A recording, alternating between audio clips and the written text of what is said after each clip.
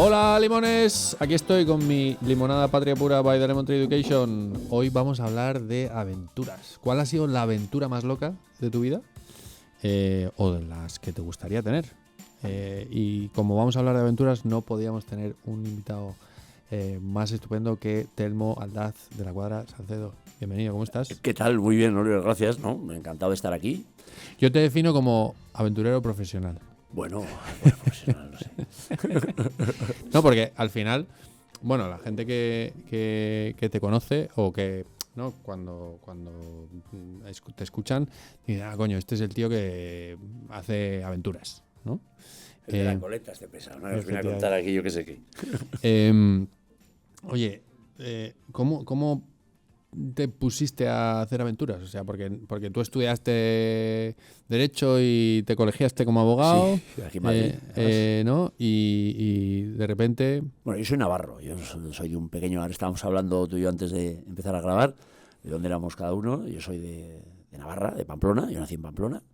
Y como mis padres, como mis abuelos, como mis tatarabuelos, aunque tenemos un cuarterón vizcaíno por mi madre, que mi abuelo materno era vizcaíno, pero todos somos de ahí y vivíamos en un pueblo pequeñito, que todavía existe, es una maravilla, y vivimos ahí en esos montes de Navarra, pues libres, sin ir a la escuela. Vosotros que os dedicáis a la formación, a estas cosas, pues tuvimos una formación diferente, muy bonita. Yo ahora ya que ya soy mayor, iba para Mutilzarra, que era, pues, yo quería eso, pues imitar un poco las cosas que había oído en casa, lo que habíamos hecho siempre, que es viajar, siempre éramos nómadas.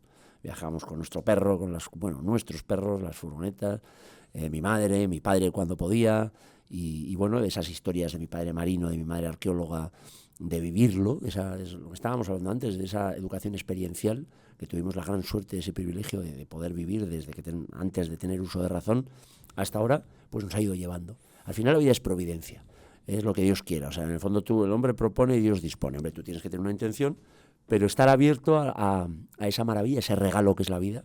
Mira, había un sacerdote ahí en Madrid, en Majadahonda, solíamos ir, él ya no está, súper lúcido, ya era muy mayor, decía, cuando acabe mi peregrinar por esta vida. Pues en el fondo que no somos peregrinos, estamos pues viendo lo bonito, también viendo este regalo. Siempre nos enseñaron que esta vida es un regalo maravilloso que hay que ver, y yo creo que puede parecer muy frívolo, aventurero, pues bueno, porque nos gusta la aventura, nos gusta lo que está por venir.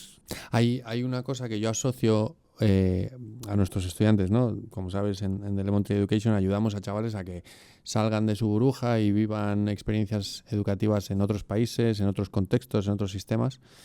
Y muchas veces los asocio son aventureros. O sea, van a hacer una expedición. Para mí una expedición es voy, descubro, cojo las cosas que me sirven para crecer, vuelvo y le devuelvo a mi comunidad y les enseño, ¿no? Y trato de enriquecer mi ecosistema, ¿no? Así es el mundo clásico, Oliver. Eso es Telémaco, eso es Ulises, eso es la Ilíada, eso es la Odisea. En el fondo es salir de tu sitio en busca de algo nuevo, de algo que está ahí, algo que te llama, algo que sabes que necesitas, para luego volver más sabio, mejor persona, más rico en experiencias, en conocimientos, en amigos. No sé, yo creo que eso es la vida al final. ¿Tú crees que todo el mundo es aventurero? Sí. Yo creo que todo el mundo, hasta la persona que no sale de su casa. Ahora, cuando estudiaban filosofía decían que Kant jamás había salido de su pueblo y fue uno de los filósofos más grandes que tiene la historia. Entonces yo creo que la cabeza también viajas con los libros, viajas con las novelas, viajas. Yo cada vez que leo un libro estoy en otro mundo, es un metaverso, estás en otro sitio. Hablas con gente, el verso ese tan bonito de Quevedo, alejado en la paz de estos desiertos, con pocos pero doctos libros juntos, y ahí viene el meollo del verso, vivo en conversación con los difuntos y escucho con mis ojos a los muertos. O sea, si no, siempre tal. Luego sigue esa maravilla que hasta la más pequeña acción diaria, venir aquí hoy en moto a vuestro estudio, pues es una aventura. O sea, tienes que ir, todo cambia, es como en el mar. No hay un trayecto que sea siempre igual. Hay viento, hoy hacía un viento brutal, ya empieza ese frío, que tampoco hacía tanto, pero la sensación era de frío. Yo creo que si la vida la vives como si fuese una novela bonita, pues al final es mucho la actitud. Yo creo que cambia todo. Oye, mira, estaba con mis críos, os he sacado de clase, estaban viendo el Día de la Marmota. que yo no me acordaba, yo creo que es del año 93, no sé. Sí, bastante Bueno, me encantó esa película y de repente, pues somos muy cinéfilos en casa, y de repente no me acordaba, y dice, ¿cómo acaba esto? ¿Qué tal? Y la persona, para quitarse de ese atrapamiento en el tiempo loco, lo que tenía que era ser buena persona. Y eso es muchísimo. Cuando se habla de educación, si tú das, porque todos tenemos nuestra parte, joder, cualquiera me oiga aquí, joder, este tiene un mal genio, pero es verdad que el protagonista se dedica, descubre que la manera de hacer feliz ese día a día, que se repetía hasta la eternidad, era empezar a ser buena persona con la gente. Y veía que la gente era buena persona con él. Y entonces era maravilloso, y así se acaba la maldición esa, y si ya se levanta el día ese que no es el día de la marmota. Y entonces yo creo que eso también es una enseñanza muy buena, intentarlo. A ver, todos nos venden, pues el ser humano somos como somos, tenemos nuestras cosas, y no todo es perfecto. Pero que si cada día haces un esfuerzo por ver lo mejor de la gente, al final en esa aventura de la que estamos hablando, y siempre me ha pasado, o sea, cuando de repente estás en un sitio, en un desierto, en una selva, perdido, y hay unas misioneras que ahora llevamos ya, gracias a Dios, con lo de Rumbo al Sur, 20 años ya de Rumbo al Sur, y la gente que hemos conocido en los sitios más perdidos que te puedas imaginar, que a lo mejor no se imaginaban. Ahora hemos vuelto del chat, gracias a un amigo que tenía que hacer una cosa, me dijo, oye, ¿te vienes? Y nos fuimos, Álvaro, Carlos y yo, vamos, les acompañé, y aproveché para ver, hay unas misiones de javerianos, y una chica, una monjita que era de Pamplona, llevaba 40 años, y me decía, pues yo estaba esquiando en Candanchú, estaba con mi familia, me iba a ser farmacéutica, y de repente, pues bueno, le llamamos a vocación, y lleva casi 30 años en África, en los sitios más recónditos que te puedas imaginar. Y no nació para aventurera, pero sí que lo es. Y encima con un objetivo muy bueno, que es dar su vida por los demás. Y eso es así, y lo hemos visto durante todos estos años. O sea, que no se sabe. Todo el mundo es aventurero, por supuesto. Pero también hay más o menos, ¿no? Niveles. Sí que es verdad que, bueno, tú en España, Rumbo al Sur, para los que no lo conozcáis, pues, bueno, cuéntanoslo tú. ¿Qué es en esencia Rumbo al Sur? Pues es un programa de formación para jóvenes.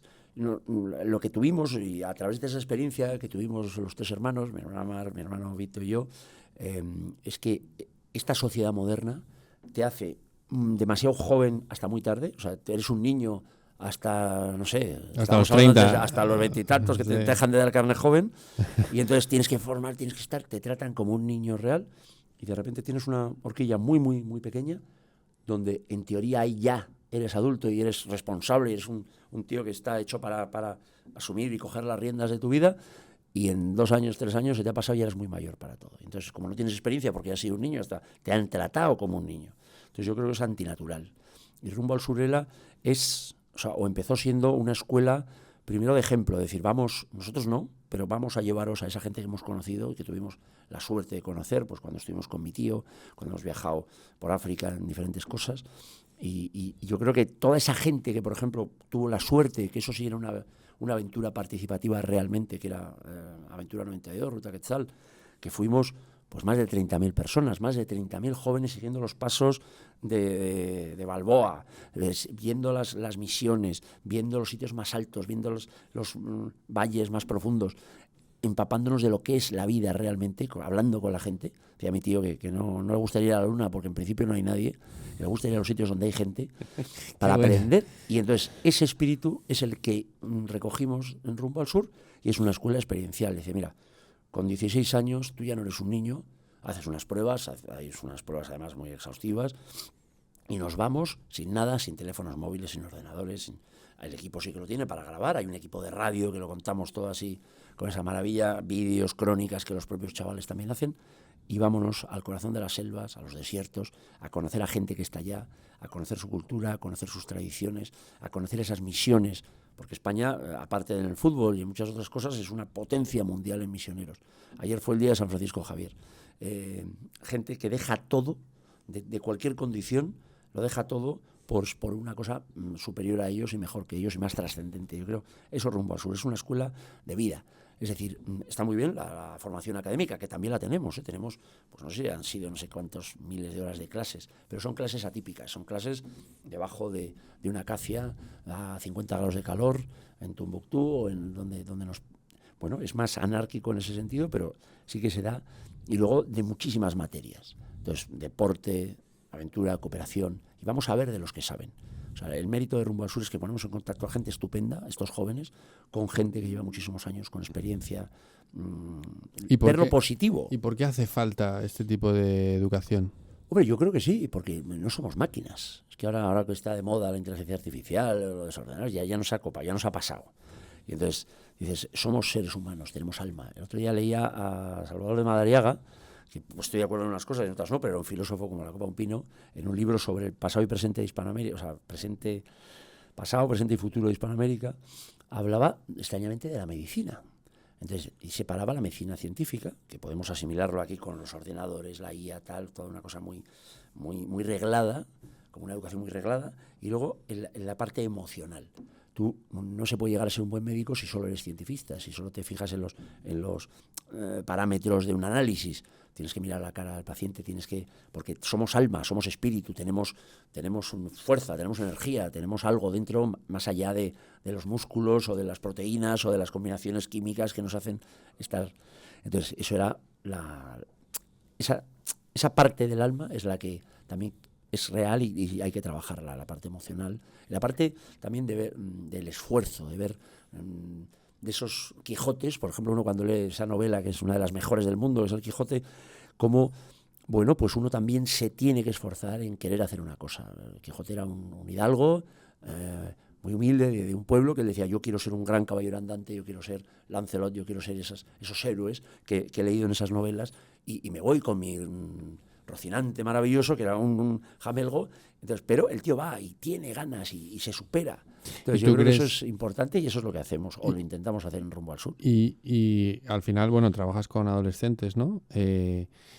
Pero ¿crees que o cuál es la situación del adolescente común hoy en día desde tu punto de vista? ¿Están en un punto donde tienen esas habilidades, ese interés, esa querer? Mira, no sé. Yo en eso, yo soy de campo. En el fondo, pues he tenido animales toda la vida y al final observas la naturaleza. Yo vi una película preciosa que era de Erzuzala, que creo que tiene un diálogo de 3 palabras en 3 horas de película. Es todo el sonido del campo, la observación. Cuando has estado con sitios recónditos y ves la gente que vive y que se adapta a esos climas, de generación en generación, de generación en generación, va transmitiendo esa sabiduría. Entonces, si tú me preguntas cómo ves a la juventud actual, occidental, española, peninsular, o de Canarias, o de tal, pues mira, nosotros en estos 20 años es la fuerza que nos ha hecho seguir adelante con un proyecto así. Porque yo ya lo sabía, porque estuvimos desde pequeños, pues eso, y tuvimos la suerte de poder ir junto con 30.000 personas a Ruta Quetzal. 30.000 no en ese mismo momento. Sí, te imaginas que de repente llega una ciudad a un pueblo de 100 habitantes. A ir, en el año 90, llegamos a ir con mi tío, eran 800 personas. Sí, no, es verdad que sí. Vamos a Orinoco, Amazonas, bueno. Se veían los vídeos y era como brutal, ¿no? Sí. Pero era muy bien porque además era muy, muy respetuosa, se hacía una maravilla. Uno de los personajes maravillosos que he tenido la suerte de que sea mi tío y encima de trabajar con él, Miguel Cuadra Salcedo, que ha sido un pionero en todas esas cosas, en muchas otras, pero en eso fue un precursor. Y dices, la juventud es excelente. Nos quieren vender, pues no, señor. Lo que pasa es que se adaptan a lo que hay ahora. Pero son todos, sin quitar ninguno, sin ninguna excepción, han sido fenomenales. Estos ya, pues no sé cuántos han sido, 20.000 trabajos presentados estos 20 años, 2.000 personas presentadas directamente a las pruebas, y pues si calculamos 100 y pico por año en 20 años, pues todos los miles que han venido con nosotros y nos han demostrado que son gente excepcional de verdad. Y todo el mundo, también el equipo, que puede autolimitarse y decir, yo no puedo hacer eso. Al final la gente es mucho más dura. Y yo que soy de campo, como te digo, creo en la genética, creo que como los toros, bueno, a mí me encantan los toros, y es un arte maravilloso, ese arte de ir seleccionando el carácter de los encastes. Y entonces, pues nosotros... España tiene gente muy, muy dura, muy buena, muy lista, muy tirada para adelante y con una capacidad de improvisación y de adaptación impresionante. Y eso no se pierde, por mucho que esas cosas tienen que pasar, yo creo que sí, no sé, millones de años para que se pierdan esas cualidades tan fantásticas. O sea, me encanta todo esto que estás diciendo porque obviamente tú ves mucho potencial, ¿no? Pero esto es como si estás rodeado de belleza o si estás rodeado de inteligencia, pues al final dices, no, si todos somos muy guapos y todos somos muy inteligentes, y no, al final te llegan los motivados. Es verdad que llegan los motivados, pero es una encuesta muy, muy grande durante todo este tiempo. Y hay gente excepcional. Y no solo hay, porque la gente que te encuentras por los sitios es igual de estupenda. Yo también esa actitud que estábamos hablando antes de ir buscando lo bueno. O sea, vamos en un tiempo a buscar lo bueno. Sabemos que hay cosas, hemos visto injusticias, hemos visto situaciones brutales, hemos visto lo que es la vida, la crudeza muchas veces de los sitios. Pero vas a ver eso, vas a ver el bien, la bondad y la belleza. Y eso no está mal, porque parece... Hay como una especie de... No sé, cuando ves películas de la Edad Media y te lo pintan como una edad grotesca, oscura, mala, entonces tú no puedes vivir con ese filtro. Tienes que vivir con el filtro de estas luces que tenéis aquí, de la limpieza, de las cosas bonitas. Claro que hay cosas malas, pero vamos a potenciar lo bueno. Y el ser humano, la publicidad, es importante. Si ve una cosa, dice, yo quiero ver eso. Bueno, pues si ves cosas buenas, la gente tiene Claro, eso. lo malo vende. Sí, porque hay un morbo que todos tenemos y entonces, oye, ¿qué ha pasado? A ver, tal. Yo me acuerdo, en Pamplona había unos kioscos, todo el caso, que era un periódico, porque antes los periódicos no hablaban de... Yo creo que ahora eso está remitiendo un poco menos mal, porque los telediarios ya no son el caso. Y entonces hay un morbo que dice, bueno, a ver qué le pasó a este, tal, no sé. Siempre esa cosa de la novela negra, de las cosas truculentas. Bueno, son facetas. Yo creo que todo...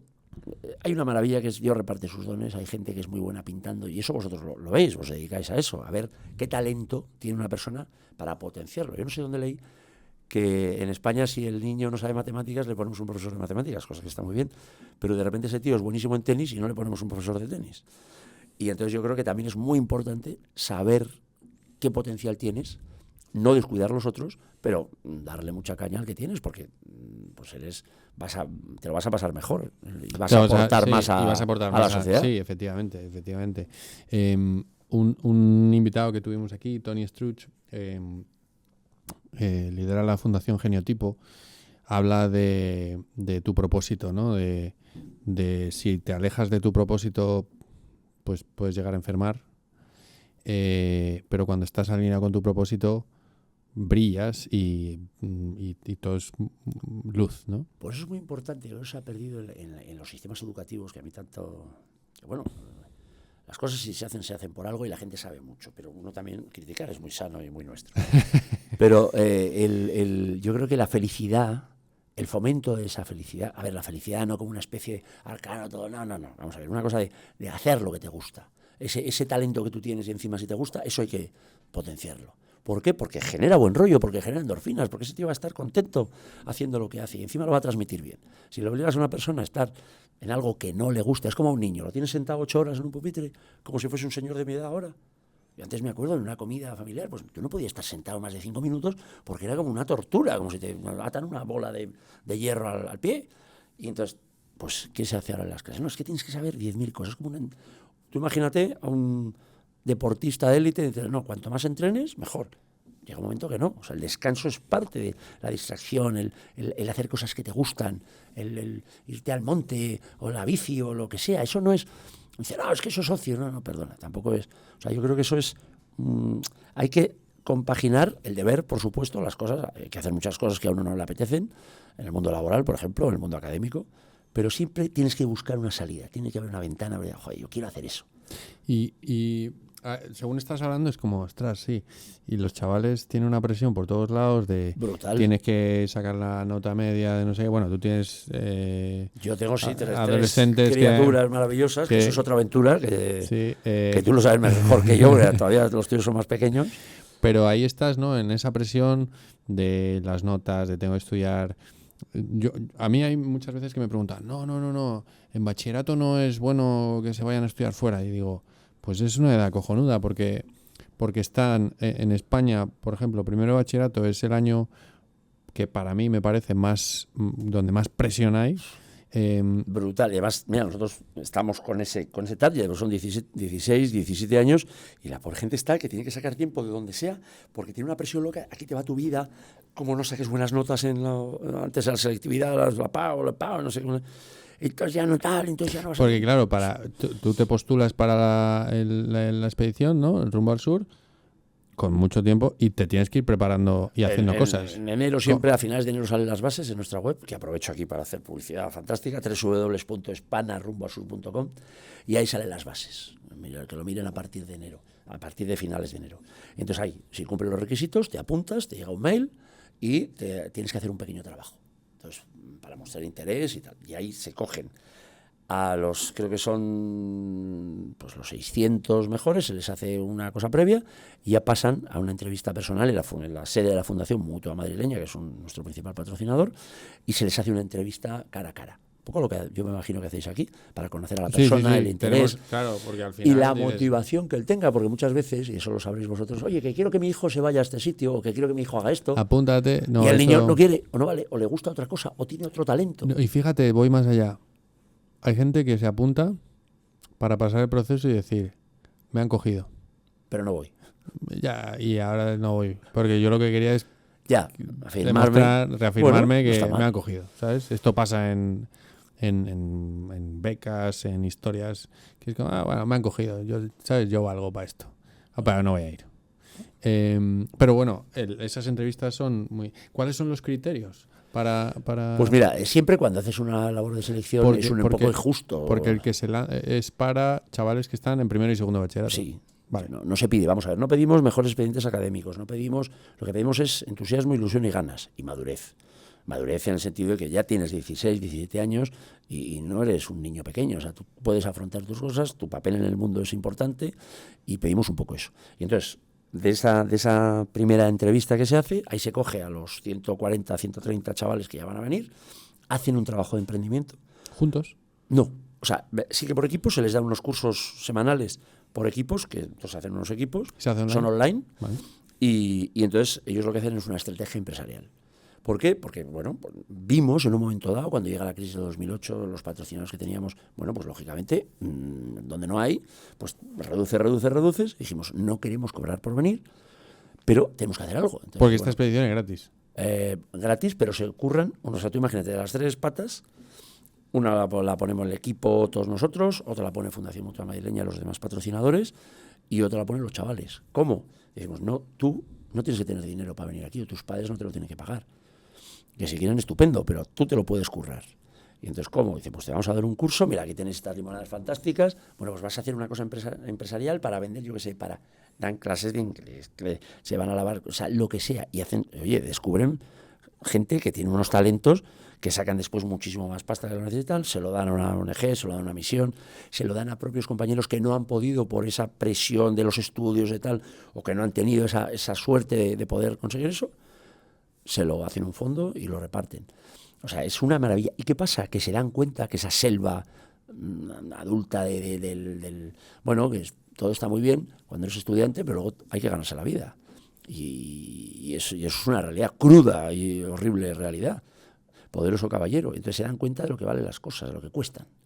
Y de, joder... Hostia, me he cascado 40 horas dando clase. Claro, y me ha pagado esto, que es lo que le pido a mi padre para salir por ahí. Y entonces aprecian muchísimo más ese valor y descubren y le quitan el miedo. Y salen a la calle y hacen las cosas. Oye, ¿no podías hacer esto para 3.000? No a la vez, sí, pero se puede hacer. O sea, más que nada por... Lo que pasa es que necesitas un poquito más de todo, pero sí se puede hacer perfectamente. Digo, por el impacto... Es un impacto maravilloso y de verdad que es lo que te he dicho antes, la energía que nos hace seguir, porque esto es un trabajo loco que la pobre Isabel, que es la que lo lleva junto conmigo y Mar, todo el año, y Isabel es la que está en el ordenador, que yo soy un troglodita y me hago más el troglodita y tal.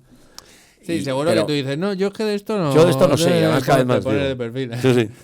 Pero es verdad que es una maravilla el equipo que viene de gente voluntaria de todos los años, que gente que ha sido expedicionaria, luego viene, nos echa una mano, pues es un trabajo loco, pero muy bonito y merece la pena y son cosas bonitas. O sea que es una gozada. Es una pasada. A mí me ha hecho mucha ilusión que vinieses porque obviamente pues yo comulgo mucho con este tipo de educación experiencial. De hecho me dedico a lo que me dedico porque creo en que los chavales tienen que vivir estas experiencias, tienen que salir, sobre todo hoy en día. Y mira, y te iba a preguntar, una cosa es el filtro que pasas tú de los chavales y los padres, ¿qué? Pues mira, generalmente los padres son maravillosos, porque ya una familia, un entorno familiar que le deje ya, que te vas a ir a África, que te vas a ir a una selva en América, que si ahí no había lío, ahí no había guerra, ahí no había no sé qué. Oye, ¿cómo es esto? Tal, no sé qué, y les dejan ir. Pues les explicáis, o habláis con los padres. Sí, bueno, tenemos una página web fenomenal que se ve todos los 20 años, con imágenes, con crónicas, con esto. Ya es verdad que el boca a boca ya... O sea, la gente Sí. que No, eso, viene, eso es verdad. siempre viene porque alguien ha estado y entonces ya... Porque pues, lo conocen y es muy referido, ¿no? por eso. Pero lo digo porque a veces, claro, el chaval es un motivado, se ha apuntado, ha hecho todo, hostia, me han seleccionado, ya le contaré a mi padre cuando me seleccionen. Porque No, si no, ¿para pero qué se voy pide, a...? claro, si son menores se pide el permiso expreso de los padres. Sí, sí. Tiene que Y ser luego, así. claro, llega ese punto de, oye, no, pero cuéntame esto, o sea, exactamente, ¿dónde vas a dormir? Y es verdad que a lo mejor tú dices, oye, estos chavales motivados, pues... Bueno, es que luego hacemos una maravilla que es que tenemos la gran suerte de tener el apoyo del Ejército de España, marca Ejército, y nos vamos a un acuartelamiento que puede ser en Toledo, hemos estado en varios sitios por la península y en Canarias, y hacemos una semana de cultura de defensa. Entonces es como una mini-mili. O sea, entonces ahí reproducimos la dureza del viaje, pero concentrada. O sea, no es así el mes que vamos, casi el mes que vamos, porque si no acabaríamos muertos todos del cansancio, pero nos pegamos una semana, 4 días maravillosos con de las instituciones más antiguas y profesionales y maravillosas que hay, como es el Ejército Español, y vivimos pues vamos, y ahí se dan cuenta de la dureza que tiene el asunto. Entonces también nos ponemos, como dicen, a son de mar. O sea, nos ponemos listos para lo que es una aventura. Tenemos clases de cooperación, tenemos clases de medicina, tenemos clases de historia. Hay orden cerrado, la gente aprende a desfilar, y entonces tú dices, cuando tienes un grupo humano grande necesitas una disciplina, que es un orden para poder funcionar. Primero, para no ser molesto en los sitios donde vamos, eso es lo más educado posible. Cuando vas con muchos niños a una casa, no te sientas y te pones en todos los lados, sino que, oye niños, por favor, aquí sentados, tal, ordenar, cuando nos vayamos se recoge todo. Bueno, pues ese tipo de cosas. Y luego esos valores, esas virtudes del respeto, del compañerismo, del sacrificio, de la abnegación, son los versos de Calderón, esa maravilla. ¿Cómo era? Esto que ves, vago al hielo y al calor, la república mejor y más política es. Entonces así empiezan unos versos preciosos sobre lo que es el espíritu de la milicia. Qué bueno. Y ahí se dan cuenta, pero el 99,9% de los que van a Toledo siguen, les encanta. ¿Y qué hace? Porque todo el mundo puede participar. ¿O? Todo el mundo que Sí, pero me que refiero... sepa hablar español y que cumpla la edad que le dijeron sus padres. Pero, o sea, ¿y qué requisitos? Aparte de una actitud... Tener actitud, o sea, tú ir, primero que quieras ir tú, que no te obliguen tus padres, que te guste, y luego, claro, pues toda entrevista, claro, si no haríamos una prueba académica de tachar. No, pero voy lo que hacemos es intentamos que los que cojamos, que se queda muchísima gente fuera, y que siempre es lo que más nos parte el alma, decir, joder, pues si esto lo hacemos para que la gente esté bien, pero tenemos el número de plazas que tenemos, pero los que vienen son una porque ahí entramos también ¿no? Cuando hablábamos antes de la ruta Quetzal y tal, pues yo cuando era un chaval dije, hostia, esto es una pasada, pero nada, Es verdad que a lo mejor en esa época tampoco había tanta accesibilidad y tanta facilidad como hoy. Te metes en una página web, rellenas un formulario y ya has solicitado. Sí, que tienes que hacer un trabajo de meses. Que dices, ¿y dónde escribo? ¿Y cómo? ¿Y qué va a pasar? Y no sé qué, ¿no? Pero aún así, pues yo seguramente en esa época diría, ¿para qué voy a lanzar si no ni me van a contestar, ¿no? Que pues muchas veces... Aquí intentamos contestar. Pero el que no se arriesga no cruza la mar. O sea, que hay que intentarlo. Si tienes una ilusión, yo he comprobado que dar la pelmada, que estar ahí, pim, pim, pim, pim, pim, pim, al final funciona. ¿Qué habilidades crees que deberían tener los adolescentes hoy en día para tener éxito? Digo éxito entre comillas para ser adultos funcionales. O sea, ¿te refieres en general en la vida o para venir a Rumbo al Sur? No, en general en la vida. Porque al final Rumbo al Sur capacita os lo he dicho mucho. antes, ya uno cuando va cumpliendo añitos, y decía Facundo Cabral, que era un filósofo y un cantante, cantautor maravilloso, decía que nadie es tan viejo para poder dar consejos realmente. Hombre, uno cuando se hace más mayor, pues sí, y ahora que tenemos niños, pues oye, yo procuro, y además repito mucho lo que me decía mi padre, lo que me decía mi madre, y dice, oye, para evitar pues esos errores que nosotros cometimos y que al final pues pasará siempre igual, pero tú los dices para que...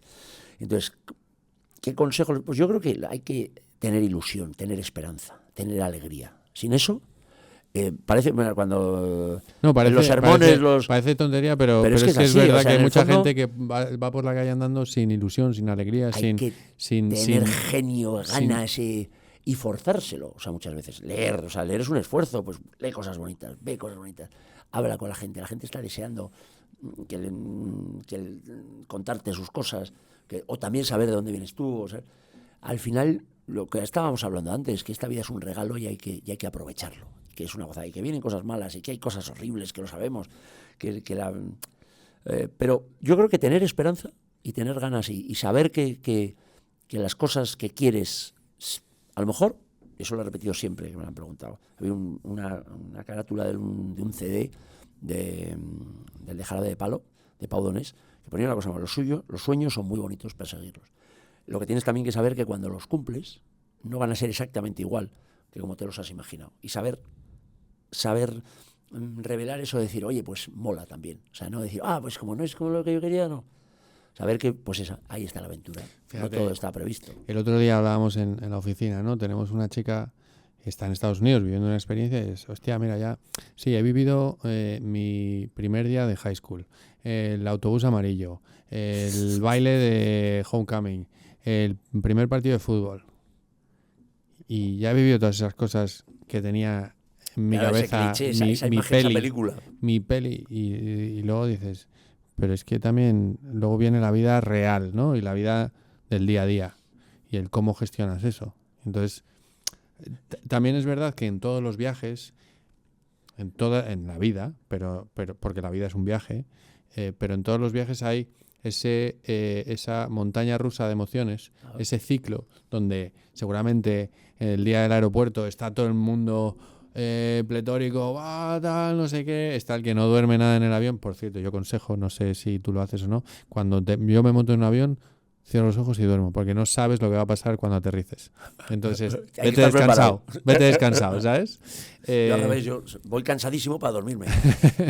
Entonces, no, está el que no duerme, está el que duerme, y luego llegas y el que sigue emocionado y está descubriendo todos los días, pues mira qué bonito, mira el intenso, ¿no? de la belleza y tal. Y luego llega un momento y dices, hostia, llevamos 4 días caminando con este peso y ¿quién me manda a mí meterme? Es que es muy gracioso de un tío que lo mandan a Madagascar. ¿Cuál? Bueno, uno que entonces va mandando vídeos y le dice, qué bonito aquí los lemures, no sé qué, y al final, después de 5 meses, está hasta las narices. O otro que en Alaska, que lo van a la nieve. Bueno, pues también yo creo que leer es importante. Llevarse muy bien con uno mismo también, porque saber convivir con la soledad, o sea, saber, no tener todo el rato que estar interactuando, recibiendo impresiones de la gente, sino un amigo mío, Antonio de la Rosa, que es un aventurerazo, es un tío que se ha hecho unas machadas, que es aquí de Madrid, que es el primer que se apunta el tío a una regata en solitario por el Atlántico, y va y de repente y la gana. Entonces, no sé, una bestia parda. Y entonces yo decía, y que se ha cruzado el Pacífico en una tabla de paz del surf, él solo 80 y tantos días. Desde pie. La costa americana hasta Hawái. De pie. Bueno, es de pie, sí remaba de pie, lo que pasa es que tenía dos compartimentos estancos para poderse meter ahí. Y él te decía, no, es que me caigo muy bien a mí mismo. O sea, yo estoy solo, pero estoy bien. Tengo la cabeza ocupada. Fíjate que escuchaba un tipo que hablaba de por qué estamos frustrados, ansiosos hoy en día. Porque tal y como funciona la sociedad, no nos escuchamos, no tenemos tiempo de escucharnos. Entonces siempre estamos haciendo algo, que si no es esto, lo otro, y siempre estamos recibiendo impactos. Y en el momento en el que tenemos esos 5 minutos hostia, nos agobiamos, ¿y ahora qué hago? ¿Qué cojones? O sea, ¿sabes? Entonces, eso es una parte muy importante, que sin duda el caminar, el salir... El ir al monte solo, yo siempre lo he dicho, nos educaban en casa, pasarás a una edad más madura cuando sepas ir al monte solo y de noche. Y entonces tú estás ahí con tus miedos, tal, no sé qué. Y luego ves... Mi madre vive en un pueblo pequeño de la Alcarria y yo salía, era el fin de semana, llegaba, tal, cogía la bici, pero te hablo con 13, 14, 15 años... había un montecito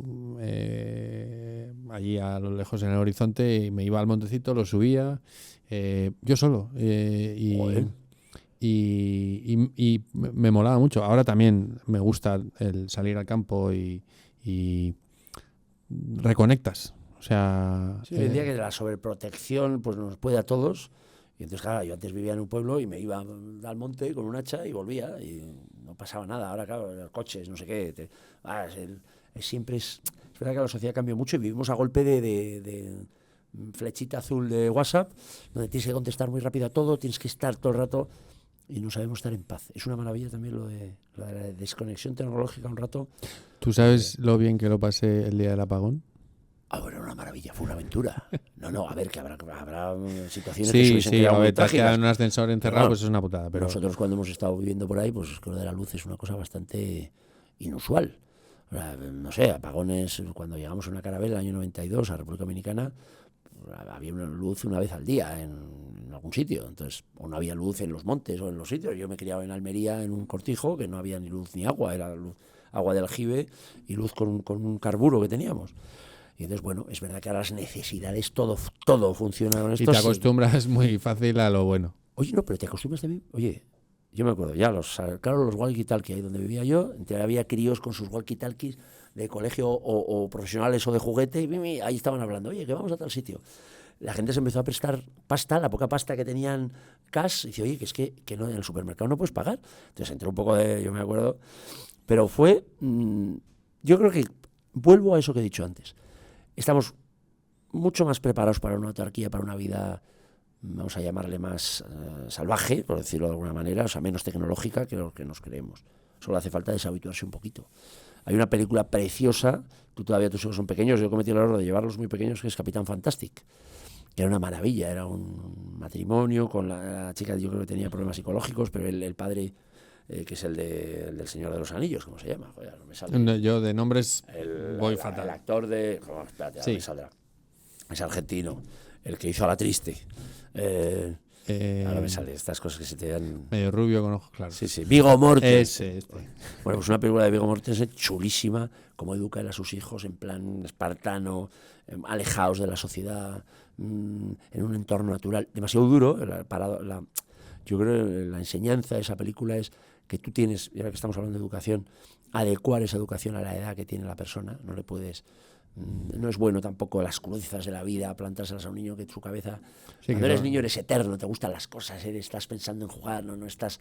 Y entonces eso es bonito, que se equivoca en esa parte, demasiado naturalista, demasiado, no sé, los que leen a Zola. Entonces es más...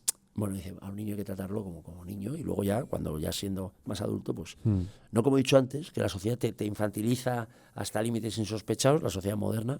¿Y cómo traes esas aventuras, ¿no? De, ostras, estoy viviendo en entornos, o todas las experiencias que estás viviendo en esos entornos más alejados de la mano de Dios, ¿cómo haces la reintroducción en la sociedad en la que estamos acostumbrados? Yo creo que los que me rodearán dirán, este no se ha adaptado en la vida, porque te jode. Pero bueno, yo creo que sí, o sea, yo voy creyendo que sí, que me adapto enseguida. Y no, lo vives de una manera muy natural, ¿no? Cuando te vas en un barco, en una canoa y haces una expedición de estas bonitas. Cuando sigues en el fondo, quieres vivir, o sea, yo creo por eso esa palabra de aventura, porque quieres vivir como en una novela. Quieres, en esa película de Walter Mitty, no sé, que era un remake, donde el actor de Zoolander hace de un tío, un copista en una especie de zulo, que entonces le mandaba las fotos a un periodista que iba por todo el mundo y era como su ídolo, y el tío dice, lo echan de la revista Life y quiere vivir, o sea, le va a encontrar a ese. Entonces, en el fondo hacer estas cosas es montarte una película, es decir, voy a vivir una novela, voy a escribir pero con mis actos, voy a hacer algo así. Y es la excusa para vivir más intensamente, para descubrir cosas, para descubrirte a ti mismo también, que no sé si eso es importante o no. Muchas veces, hablando de... Yo creo que conocerse a uno mismo es fundamental. Es importante para saber dónde te puedes meter o no, por supuesto. Y saber cómo gestionarte ante las cosas. Oye, claro, saber tus límites y lo que estábamos hablando antes, tus talentos y tus defectos, sí. Para no entonces hacer un promedio, porque todos, Todos, había una novela muy así, un poco cruda, que se llama El tragaluz. Todos en el fondo somos un poco actores, todos representamos un papel. O sea, todos damos una imagen de lo que queremos, pretendemos, o bueno, y no está mal. Yo creo que también es un acto de caballerosidad, de cortesía, por decirlo de alguna manera. Entonces, esa parte a lo mejor que no, bueno, pues está bien. Pero y cuando haces este tipo de cosas, también dices, bueno, pues voy a ahondar más en eso, voy a ver cómo es esto y cómo soy yo, cómo respondo. Que eso también mola. Sí, el probar, que yo lo digo siempre, y te lo decían de pequeño. Bueno, a ti a lo mejor no, pero a mí me lo decían constantemente. No me gusta, ¿lo has probado? Ya. No, pero no me gusta. Y dice, ¿cómo sabes que...? Yo a todo el mundo, a todos los chavales que se van con nosotros por ahí, les digo, apuntaos a todo, probar todo, decir que sí. O sea, siempre tenéis tiempo de quitaros. Oye, ¿me ha gustado esto o no me ha gustado? Pero cuando vienen los chavales y nos dicen, y les preguntamos, ¿por qué quieres vivir estas experiencias? Dicen, no, pues porque quiero conocer gente nueva y quiero hacer cosas diferentes. Y llegan allí y es, oye, ¿has conectado con gente nueva? No. Hostia, ¿y por qué no te has acercado tú? No, estoy esperando a que me digan o que me... Hostia, tienes que Bueno, dar... pero luego irán aprendiendo. Yo creo que ya solamente con eso, el haber dado el paso de... Yo creo que una de las cosas... Son muy valientes, ¿eh? Son muy valientes cuando se van. Yo lo digo siempre. Un chaval de 14, 15 años que le sacas de su colegio, o sea, que se tiene que hacer amigos nuevos, que tiene que ir a un colegio diferente, en un idioma diferente, vivir con gente diferente. Oye, pero es que eso, mira, había una novela, tú que eres medio inglés, bueno, autobiografía inacabada de los que, ¿cómo se dice? El doctor Livingstone, supongo, el que se encuentra en Livingstone, de Stanley, señor Morgan Stanley, que cuenta cómo él, bueno, pues es de una familia desestructurada, al final lo meten en un hospicio, él se escapa de ese hospicio con 12 años, se mete en un barco, se va a América, de polizón, a esa Norteamérica de la aventura máxima. Allá lo prohija un comerciante del río Mississippi y él se va haciendo mayor comerciando con los indios más salvajes, las pieles, no sé qué. No es una novela, es una realidad, porque es la autobiografía de Stanley. Es precioso ese niño que va descubriendo. En el fondo hay que leerse esas cosas. Hay que leer para inspirarse. Porque es verdad que la tradición es yo siempre lo he dicho, es un sabio de miles de años, que te va diciendo eso, tu padre, prueba esto, haz esto. Y además tu padre nunca te va a decir, haz algo que él sabe, porque él sabe... Que sea malo. No, y que sabe tus talentos y que sabe tus cosas. No te va a obligar si tienes vértigo a subirte a un edificio, no te lo va. Te va a animar siempre a cosas que él cree que en las que tú vas a estar bien. Jamás un padre le va a lanzar a alguien a que se haga un mal a sí mismo a un hijo suyo. Entonces yo creo que eso hay que oír también mucho. Por eso leer es importante, porque hablas con esa tradición y con esa gente que ha vivido esas cosas y te lo cuenta. Qué bueno. Tocando un poco el tema de la educación, ¿no? Que lo hemos ido acariciando un poco durante la conversación. Crítica constructiva al sistema educativo en España. Hombre, vamos a ver, yo creo que ¿Cómo crees que preparan a los chavales? Volviendo a eso, uno cuando es muy atrevida en la ignorancia, me decían de pequeño. Entonces, porque tú cuando eres joven e inexperto, pues opinas de todo y crees que tal. Pero también es verdad que hay que tener en cuenta que el ser humano lleva adaptándose a un medio muchísimos años. Entonces, cuando seas mayor, me decía mi padre, comerás huevos. Yo no entendía nada. Dice, ¿pero eso qué quiere decir? Estoy comiendo huevos ahora. No, pero era decir, cuando seas mayor, sabrás el porqué de muchas cosas que ahora pues no entiendes.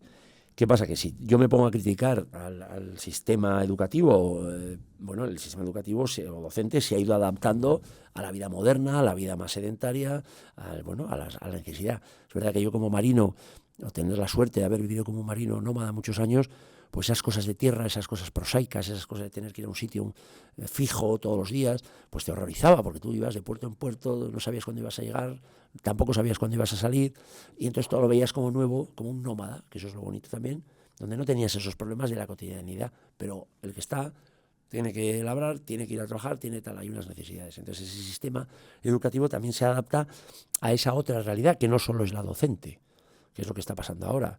Y entonces al final los centros educativos son guarderías para niños y adultos, donde muchas veces el tiempo que pasan no es un tiempo que efectivamente necesiten para su formación. ¿Por qué? Pues porque su padre no puede ir a recogerlos otro rato porque no pueden estar solos en casa, según la edad. Entonces yo creo que también se tienen que adaptar a esa realidad social que es la que tenemos. Se ha olvidado el mundo del campo, el mundo donde en casa siempre hay gente, una vida más natural.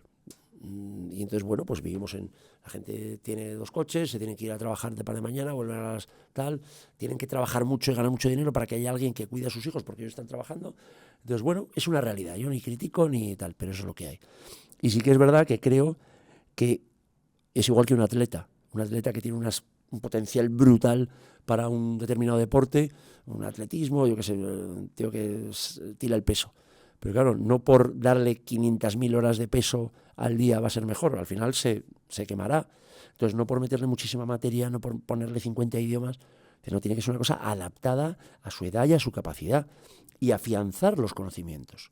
Porque si tú, las cosas básicas como eran antes también, pues si las 4 horas, pues sí, que lo sepa muy bien. Y luego en base a eso enseñarle a investigar, enseñarle a ser curioso para darle unas armas para poder seguir formándose. Pero no de repente meterle como a la soca. Yo siempre veía con el foie famoso, el hígado tal, como le metían con un embudo, le iba metiendo comida, chun, chun, chun, chun, hasta que le reventaba el hígado. Dice, oye, es que lo estamos nutriendo muy bien, porque lo estamos metiendo, tú imagínate la cantidad de proteínas en un segundo, pues lo matas al final. Entonces yo creo que eso se tendría que racionalizar más, adecuarlo más. Pero bueno, también es muy fácil dar consejitos y luego lo difícil es hacerlos. Sí. Hay muchas realidades sociales, ¿no? Lo que decías, antes siempre había gente en casa. No sé con quién hablaba, que me contaba que vivía con sus padres y sus tíos, o sea, eran sus padre y madre y sus tíos, otro matrimonio, con sus primos en la misma casa, todos juntos. De hecho, los adultos compartían una habitación.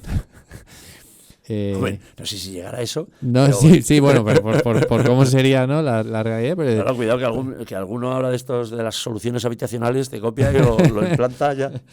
Y era como, joder, siempre hay gente, siempre está la puerta abierta. Siempre hay familia, siempre hay alguien que te va a proteger, siempre estás en... Y al final somos seres sociales, ¿no? Hay algunos discursos de, no, hay que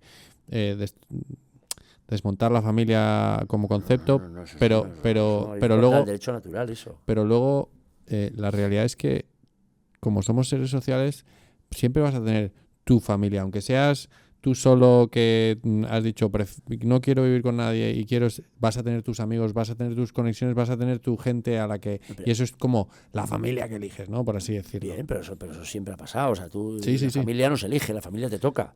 Los amigos son la familia que tú eliges. Muy que bien. Llamas, no, este es mi primo, aunque pero no sea tu primo, ¿sabes? Por muy colega tuyo que sea, por muy amigo tuyo que sea, jamás va a tener el vínculo natural que tiene tu familia. Para bien o para mal. Y eso es así.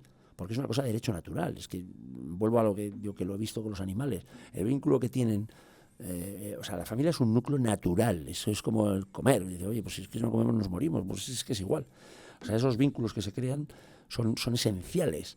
Igual que porque una persona, un ser humano, necesita esa protección, esa confianza, bueno, pues para poder, si no, hace 45 millones de años que nos hubiésemos extinguido de este mundo. Entonces, pero eso tiene que ser importante.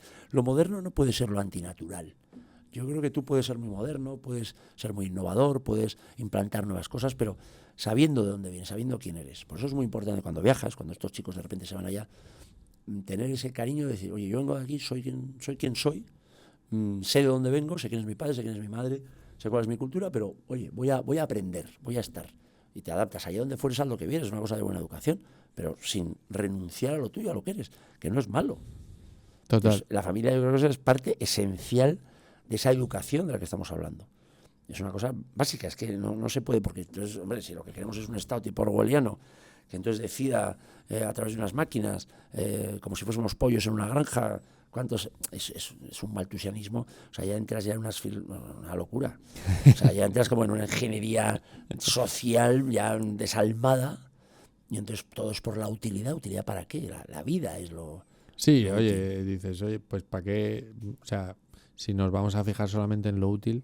Pues no sé. Una flor... No existiría el arte. Sí, no existiría nada. Bueno, ¿no? Siempre le puedes justificar que algo es útil. Porque dices, no, porque es que esto te inspira y te hace cosas en la cabeza que te van a ayudar a estar más feliz, ¿no? Entonces ahí le puedes ver... Entonces va a trabajar más y va a facturar más y va a... Bueno, que esto es lo que pasa en muchas corporaciones donde te dicen, tú no te preocupes, mira, tienes tu mesa de ping-pong, tienes tu restaurante estupendo con 5 Silicon Valley, de estas oficinas como... Tienes tu peluquería dentro de la empresa, tienes tu guardería, tienes tu lavandería, te hacemos todo. Eso no está mal, un sitio agradable, desde luego eso es Claro, fundamental. ¿pero para qué? Para Sí, que te despreocupes y digas, pues aquí estoy ahí. fenómeno, pues voy a trabajar más, ¿no? El trabajo al final es una maldición bíblica, o sea, te ganarás el pan con el sudor de tu frente. Pero es verdad que hay algo más, o sea, tú tienes que vivir, en este mundo estamos para algo. Y no es solo para comer y beber, no, estamos para aprender. Este es un mundo, un aprendizaje total para prepararnos para otra cosa. Muy guay. Hay una pregunta que hacemos a todos nuestros invitados que es un poco para cerrar el círculo y que me interesa y que lo uno a esto que dices de para algo. La pregunta es, ¿cómo crees que será la educación de los hijos de tus hijos? ¿O cómo te gustaría que fuese? Como te gustaría que fuese, creo que lo has estado comentando, pero... Hombre, a mí me gustaría que fuesen católicos, que fuesen buenas personas, que eso no se pierda, o sea, que nunca renuncien a lo bueno, que nunca renuncien al bien, que nunca renieguen de lo que son y que ayuden, y que quieran, porque al final parece una cursilada, dice, al final de la vida te examinarán del cariño, del amor, de la simpatía, del qué has ofrecido, qué momento has hecho que la gente esté contenta, que tus actos hayan servido para no solo para esa teoría ahora filosófica del egoísmo, yo no he pedido nada, yo estoy aquí, entonces todo se me debe, y entonces es como una especie de encerrado en ti mismo, entonces todo es un... No, al revés, lo que decías tú, somos seres sociales, nos necesitamos unos a otros. Luego también hay un dicho que es... ¿Cómo es eso? Cada uno en su casa y Dios en la de todos. O sea, también necesitas tu espacio. Pero es verdad que es pues eso, que sean buena gente y que tengan los principios, porque no tiene nada que ver ser comprensivo, ponerte en el lugar del otro, ser empático, a renunciar al bien. Eso no. O sea, yo creo que cualquier sistema puede ser mejor o peor, pero un sistema que te hace renunciar al derecho natural, un sistema que te hace renunciar a la esencia propia de tu ser, a tus convicciones, a esa parte espiritual, pues yo creo que eso, ojalá que no sean así. Me ha encantado este ratillo. No paro de pensar en la expedición. Oye, pues meteros en... ¿A dónde va? va? De verdad ¿A que son dónde es el año que preciosas viene? las imágenes. Mira, el podcast de la radio, las imágenes de vídeo, las crónicas. Es una chulada, es viajar. Uno de los éxitos que tenemos es que los padres viajan con los hijos, los ven cada día. No es un directo, sino nos paramos, ponemos unas mesas debajo de cualquier liana y editamos. Sí. Y este año, respondiendo a tu pregunta, si Dios quiere, todavía no, es que lo vamos a decir en enero. Sorpresa. Bueno, este podcast creo que va a salir, bueno, igual sale en diciembre o en enero. No. Esto es, segunda semana de enero. Maravilloso. Lo sacamos segunda semana de enero. Sí. No, bueno. ¿Cuándo termina el proceso de inscripción? No, termina en... A ver, espérate, tengo miedo de equivocarme. Pero creo que es en febrero o marzo. Vale, bueno, pues lo digo, vamos a lanzarlo para que dé tiempo a la gente a postularse. Se lo vamos a mandar a toda nuestra base de datos. Qué bien. Para darle chicha. Que cuanta más gente... Bueno, hemos tenido chavales limoneros... ¿En Rumbo Sur? En Rumbo Sur, ¿Ah, sí? Sí.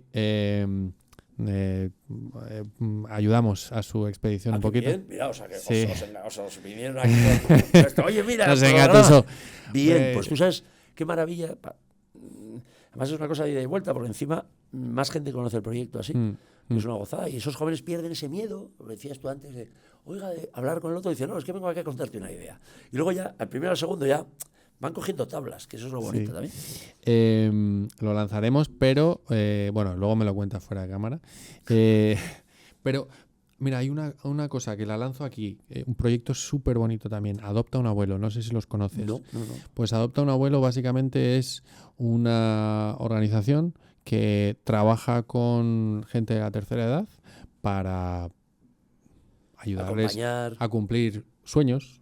a conectar, a sentir, a que ellos puedan seguir aportando, ¿no? Una conexión Adopta un Abuelo España rumbo al sur podría ser fantástica que cada... ¿Cómo los llamáis vosotros? ¿Rumbosureños? O... Sí, expedicionarios. Expedicionarios, que cada expedicionario tuviese una conexión con... Estos son, Vale. Alberto, si me oye, ya son mis... Pues ya me meteré, trastearé por Pero internet. ¿No? yo soy muy de... Empiezo Sí, a conectar y digo,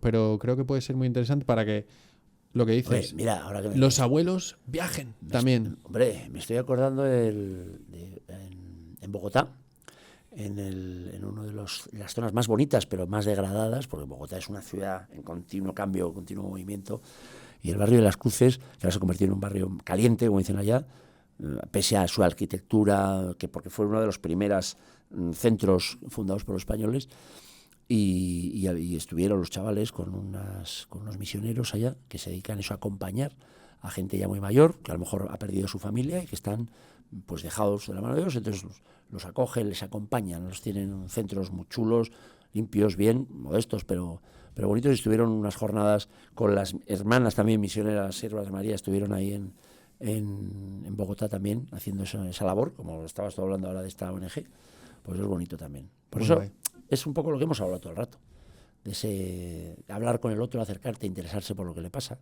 intentar ayudar, aunque solo sea acompañar, porque muchas veces lo que nos hemos dado cuenta todos estos años, cooperar, ayudar, no, si el ser humano lo que queremos es compañía, sentirnos...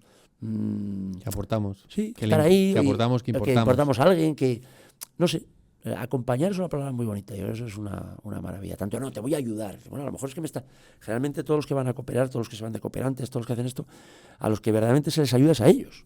Porque vuelven nuevos y dicen, joder, si es que... pero eso se ha pasado siempre. Sí. Entonces muchas veces, ¿cómo voy a creerme yo que no? Yo voy a estar, voy a intentar en mi jurisdicción pues aportar lo que pueda. O sea que nada, encantado de esa idea, vamos, siempre está abierto, ¿ves? Esa es la aventura. Tú vas conociendo cosas, van saliendo cosas, y esa es la providencia. Pues Telmo, un súper placer. Nada, a vosotros, oye, enhorabuena por lo que hacéis y muchas gracias por haberme traído aquí. No. Y siento el rollo que se contó. No, me parece súper Que me interesante. enrollo yo, no es el rollo, pero me enrollo yo. Y los demás, ya sabéis, si vais a tener 16, 17 años, pues obviamente os apuntáis a vivir la aventura de Rumbo al Sur. Y el resto, a que todos los días de vuestra vida sea una aventura. Porque como ha dicho Telmo, la vida es maravillosa y hay que vivirla. Claro que sí, esto además es así, es una gozada. 1.000.000 de gracias. Un placer. Adiós. Chao.